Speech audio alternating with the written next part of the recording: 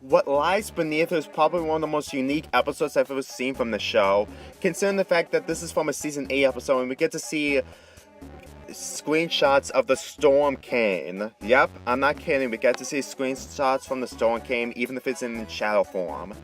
I really like this idea so much to the point that having an episode involving the Storm Cane, even if it's something underneath the school of friendship, really works in this case. So before I completely talk about how unique this episode is, let's talk about the plot. The other characters are completely occupied with the fact that there's something underneath the school of friendship, which is actually something really bizarre that they've never seen before. And one of the characters who completely knows about this whole thing was Cloudy Crow. Yep, the main villain of this entire season completely knows of it.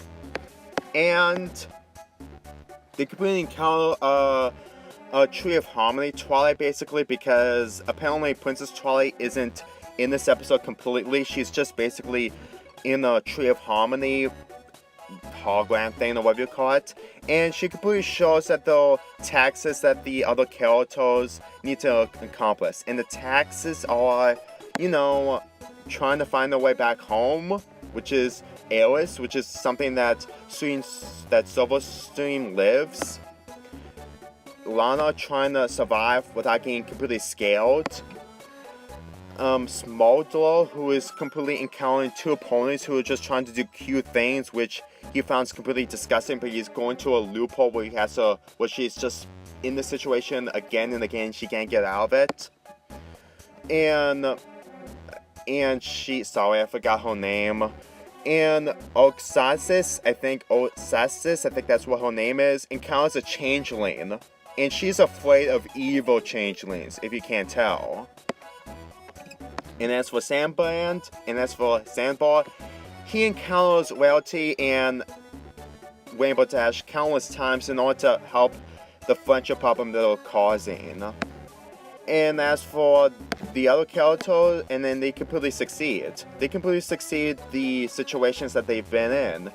And I really kind of enjoy the encounters that they've been through. Granted, it was kind of predictable, but, you know, the one in Silverstream was probably the best one because she has a feel against the Storm Cam. Since the Storm Cam was the main reason why the hypocrites have been away for so long, you can tell that it could happen again, and they don't want to have that problem ever again.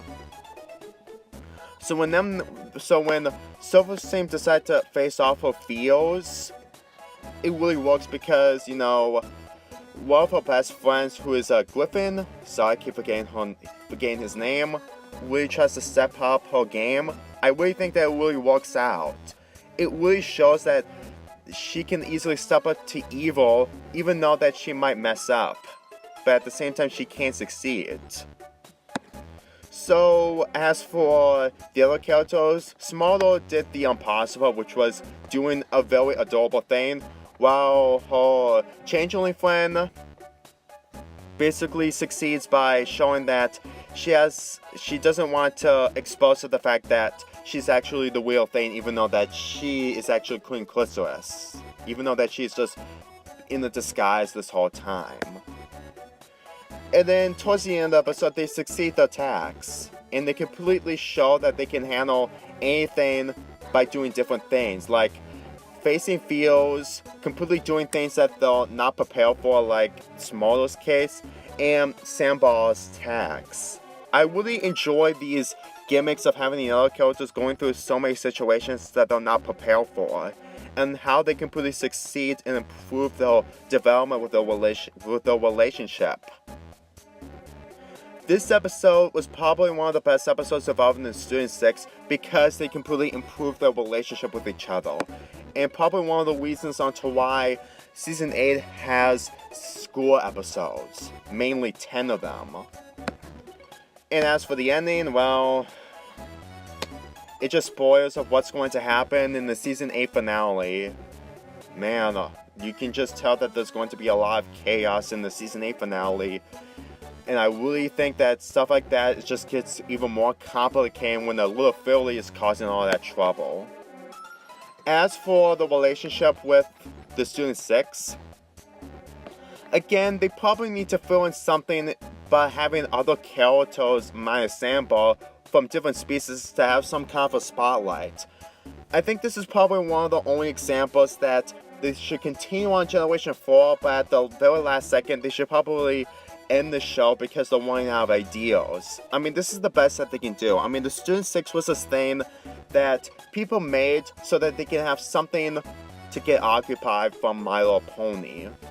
And just by watching this episode alone, it really goes to show. So, I can understand on to why they had to make an episode involving the Student 6 into a situation where they had to encounter Feos, but at the same time, want to easily improve on those situations. So I really think that this episode really completely improves on that fact.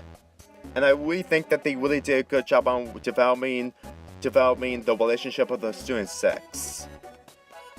So, I really like this episode, and I really enjoy it for what it has from beginning to end. Granted, there were a lot of things that really lead up to the Season 8 finale, but this just gives the other characters a time to shine. And I really think that Season 8 episodes of Having the School of Friendship can have some kind of a improvement of what's going to happen in Season 9. But we don't know what's going to happen in Season 9 for sure. So, I'm Lonely Fanboy Flurry here, and I'll see you in those just only 2 more videos for MLP month. One more is a YouTube tribute, and it's probably one of the most popular bronies in the entire fandom. I'll see you tomorrow.